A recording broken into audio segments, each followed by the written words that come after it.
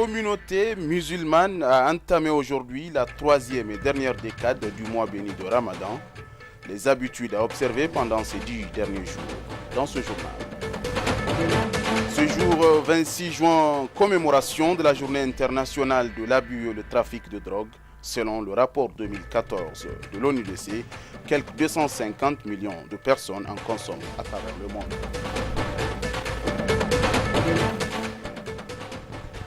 Mesdames, Messieurs, bonsoir et bienvenue dans cette grande édition d'information sur la télévision Canal 3 Niger. La communauté musulmane a entamé aujourd'hui la troisième et dernière décade du mois de Ramadan. Quelle habitude à observer à cette occasion pour bénéficier des bienfaits de ces 10 derniers jours? Élément de réponse dans ce reportage d'El Haj Anis Amadou. La troisième et dernière décade du mois béni de Ramadan est la plus importante. En effet, c'est au cours de cette dernière que le Coran a été descendu aux hommes. C'est aussi dans cette décade qu'il faut chercher la nuit de la destinée ou Laylatul Qadr. Il y a également une nuit extrêmement importante. La meilleure nuit de chaque année, c'est la nuit de Laylatul Qadr. Ça, c'est Allah subhanahu wa ta'ala qui a présenté cette nuit. Et Laylatul Qadr khayrun min alfi shahr. La nuit de Laylatul Qadr dépasse 1000 mois. Et pendant cette nuit, dans la même sourate, Allah subhanahu wa ta'ala dit que les anges déferlent. Ils viennent chercher les pardons aux fidèles avec eux, Malaïka Jibril. Donc, c'est extrêmement important. Les nuits de la troisième décade sont des nuits et pendant lesquelles nous ne devons pas faiblir, nous devons nous organiser avec notre famille pour animer cette nuit dans la recherche des bénédictions de toutes les récompenses qui sont allouées. Parce que réussir la nuit de Laylatul Qadr, qui pourrait se trouver dans les nuits impaires, mais il est important d'animer toutes les nuits de la dernière décade, réussir la nuit de Laylatul Qadr, c'est avoir l'agrément de Allah subhanahu wa ta'ala et réussir au moins 80 années d'adoration. Il est également recommandé durant ces 10 derniers jours d'effectuer une retraite spirituelle ou itkaf qui consiste à quitter la vie quotidienne et s'adonner exclusivement aux activités spirituelles.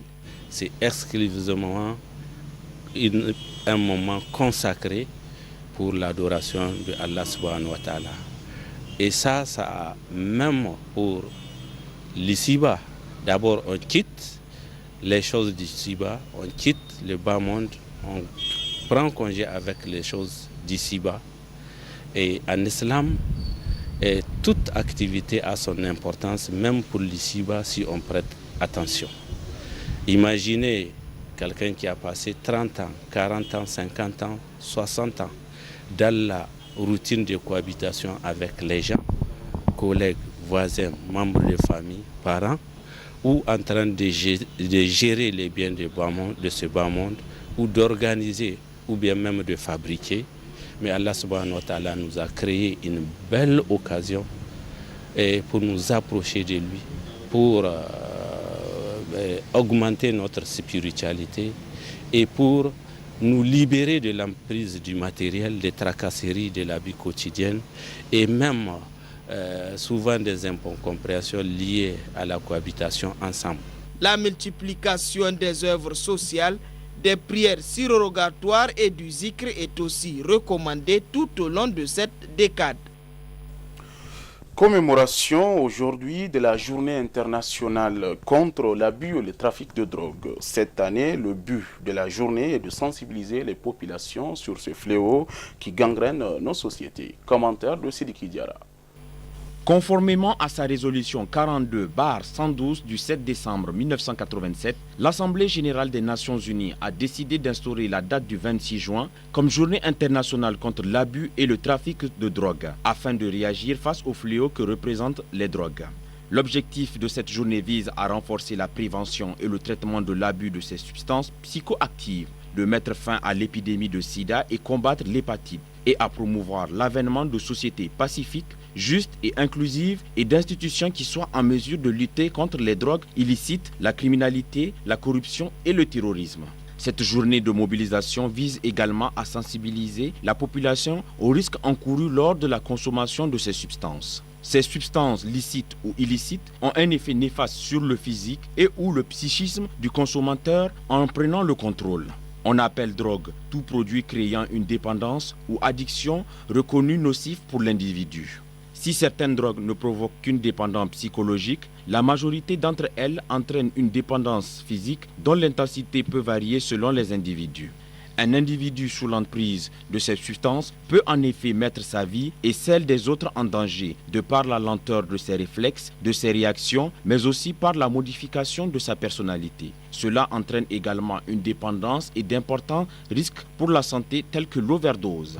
Selon le dernier rapport mondial des drogues, publié en cette année par l'Office des Nations Unies contre la drogue et le crime, ONUDC, environ 5% de la population adulte mondiale, soit près de 250 millions de personnes âgées entre 15 et 64 ans, auraient consommé au moins une drogue en 2014, dont plus de 29 millions d'entre eux souffriraient de troubles liés à cet usage. Selon le directeur exécutif de l'ONUDC, Yuri Fedotov, ces chiffres alarmants doivent inciter la communauté internationale à respecter les engagements pris lors de l'Assemblée générale sur le problème mondial de la drogue, UNGAS, tenue en avril dernier.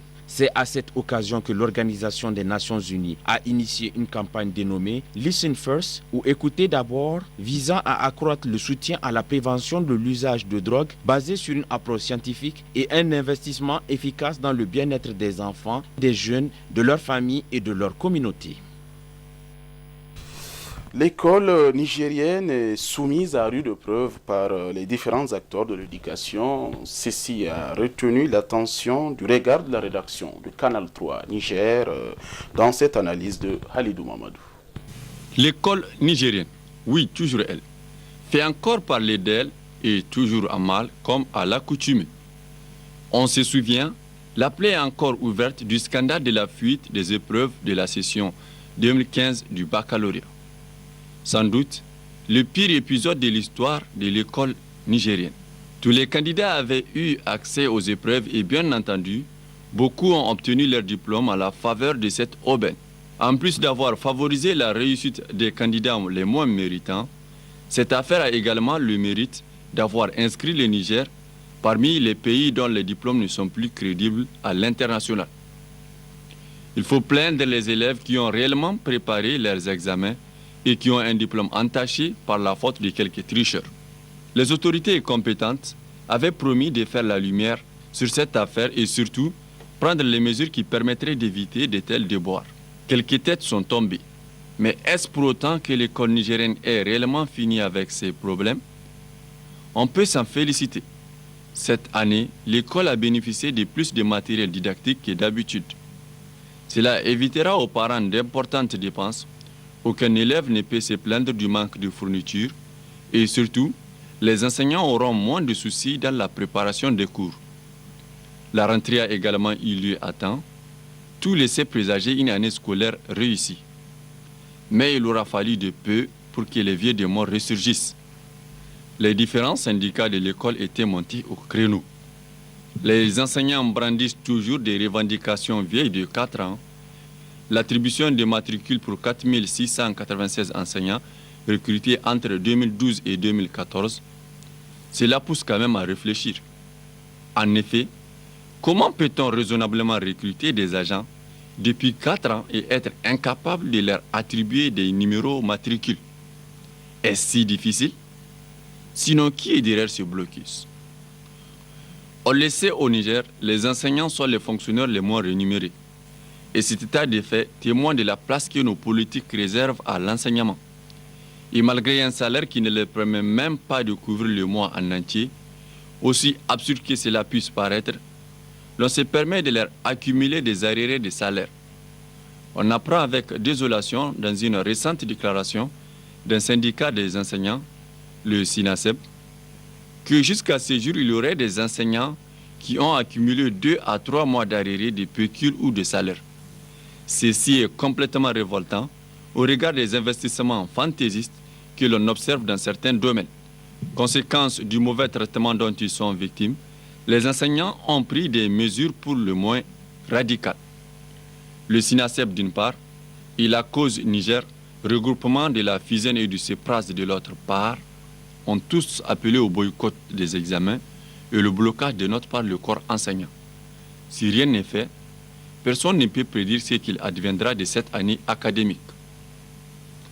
Toujours les syndicats, mais cette fois-ci celui des élèves et étudiants, en l'occurrence l'USN, et ses différents démembrements, a aussi fait parler d'elle. Cette année aussi a eu son lot de grèves, marches, casses et interpellations qui vont avec.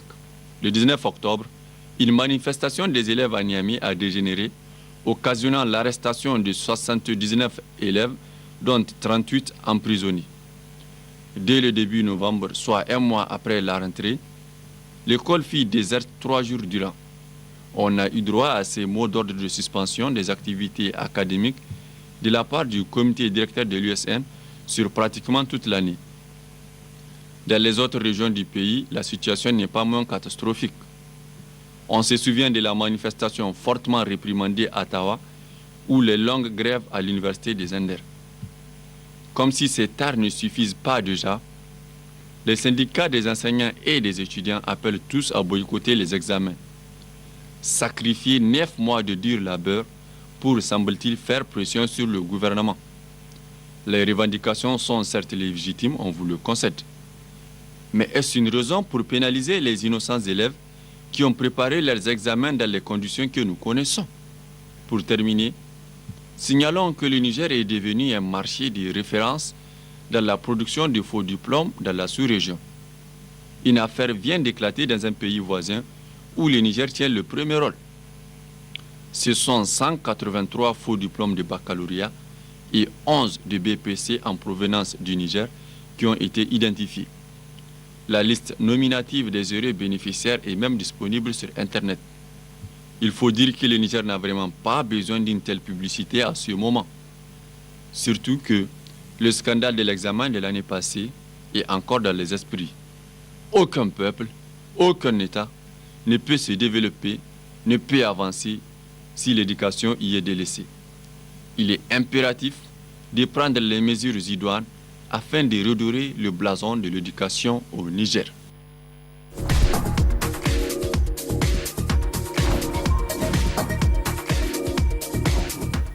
L'actualité internationale à présent. Hier, à Berlin, les ministres européens des Affaires étrangères se sont réunis pour analyser la situation de Brexit. Ils veulent que Londres engage au plus vite sa procédure de sortie de l'Union.